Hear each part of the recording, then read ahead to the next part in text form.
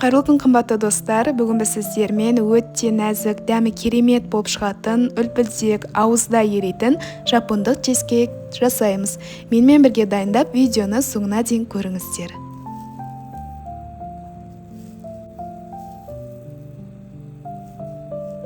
Барлық ингредиенттердің мөлшерін видеоның астына қалдырып кеттім. Алдымен 3 жұмыртқаны ақуызы мен сары уызынан ажыратамыз. Осындай құралмен жасауға болады, немесе қарапайым әдіспен де жасасаңыздар болады. Ең бастысы сары уызы бір тамшы болсын, ақуызға түсіп кетпеу керек. Неге дайындап алдық. Бұны бөлек қоя тұрамыз, және де бөлек ыдысқа жұмсақ сары майды саламыз. Сары май қатты еріген болмау керек, осындай жұмсақ болу керек. Оған қанттың жартысын саламыз, жартысын қоя тұрамыз. Осы жарты қантпен сары майды араластырамыз.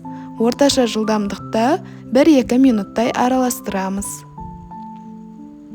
Неге осындай болып шықты, енді осыны тоқтатпай сары уызды бір тіндеп салып тұрамыз.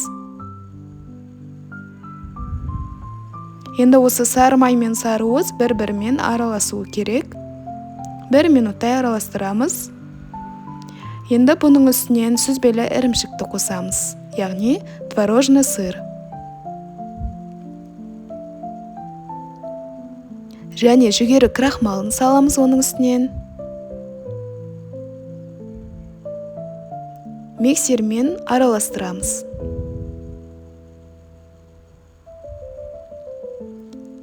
Бұны араластырып жатқан кезде сүтті қосатын боламыз. Бөлме температурасындағы сүт.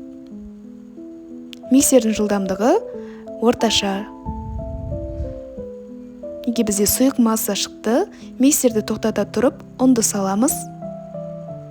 Бірден араластырмай, алдымен кішкене осылай араластырып жібереміз де, содан кейін миксерлейміз.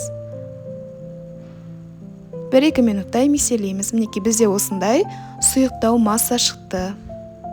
Бұны бөлек қоя тұрамыз.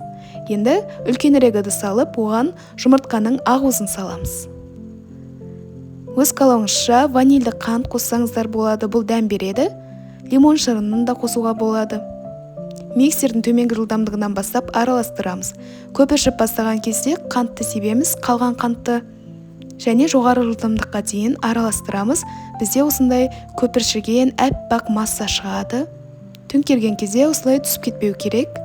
Енді осының үстінен біздің алдын ала дайындап алған осы сары уызды, сүбелі ірімшікті массамызды саламыз. Және де лопатаның көмегімен ақырын араластырамыз. Барлығы біркелкі масса болғанға дейін араластыруымыз керек. Миксерлеуге болмайды, себебі біздің ақуыздарымыз басылып қалуы мүмкін. Осылай ақырын араластырамыз, қасықпен де араластыруға болады. Бізге дайын болды. Енді формамызды дайындаймыз.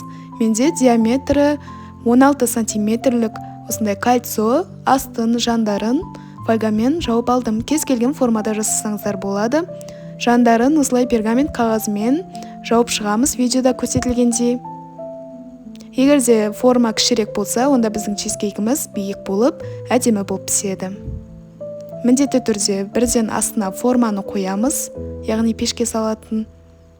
Содан кейін біздің дайын массамызды ақырын ортасына құямыз.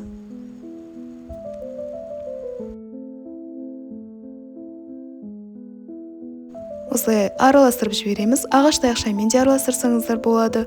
Ауасын шығарып, осылай сілкейміз үстелдің үстіне.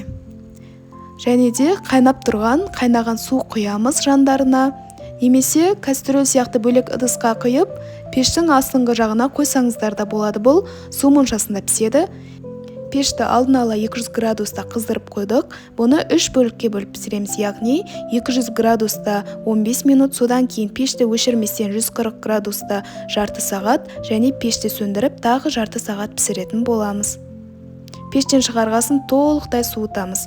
Мінекей бізде чизкейк пісті, бұл толығымен суыды, содан кейін тоңазытқышта тұрды, яғни бізде бұл жылы болмау керек. Тоңазытқышқа сақтасаңыздар тіпті жақсы болады. Осылай формадан босатып, бөлек ыдысқа салдым. Бетін өз қалауыңызша әрлесеңіздер болады. Мен осылай қант ұнтағын және де құлпынай қойдым. Бұл өз қалауыңызша. мінекей қараңыздар, өте әдемі болып шықты, өте керемет. Міндетті түрде жасап көріңіздер. Мынаның дауысын естіп көріңіздер, қараңыздар, қандай керемет. Ауызда ериді. Міндетті түрде жасап көріңіздер. Сіздерге 100% ұнайтынына сенімдімін. Егер де ұнаса, видео ұнаса, лайк басып, каналға тіркеліп, қолдап кетіңіздер.